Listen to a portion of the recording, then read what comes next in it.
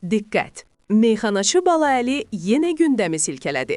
Zarafat bir yana verilişində səsləndirdiyi fikirlər sosial şəbəkələrdə müzakirə mövzusuna çevrildi.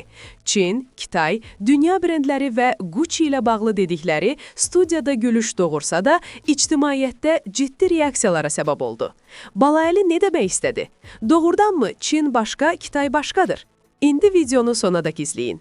Meyxanaçı Balaəli Zarafat bir yana televiziya verilişində səsləndirdiyi açıqlamalarla yenidən gündəmə gəlib.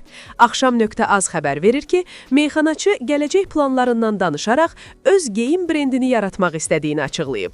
Balaəli bildirib ki, bu məqsədlə istehsal üçün Çinə getməyi planlaşdırır. Lakin onun bu mövzuda səsləndirdiyi fikirlər studiyada və sosial mediada geniş müzakirələrə səbəb olub. Meyxanaçı açıqlamasında Çin və Kitay anlayışlarını fərqli ölkələr kimi təqdim edərək maraqlı və eyni zamanda mübahisəli fikir səsləndirib. Kitayda fabrika gedəcəyəm, orada istehsal ediləcək.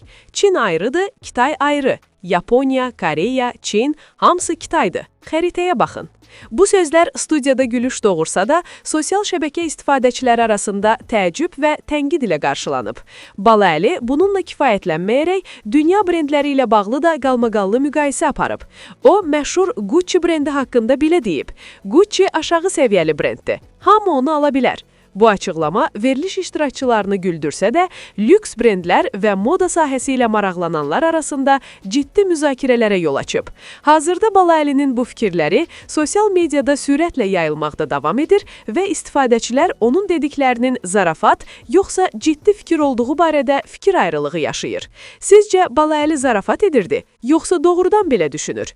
Çin və Kitay fərqi ilə bağlı dedikləri sizə nə qədər məntiqli gəldi? Fikirlərinizi mütləq şərhlərdə yazın. Videonu bəyənməyi, Xəbərdən Xəbərə YouTube kanalına abunə olmağı və bildirişləri açmağı unutmayın ki, gündəmdə olan ən son xəbərlərdən vaxtında xəbərdar olasınız.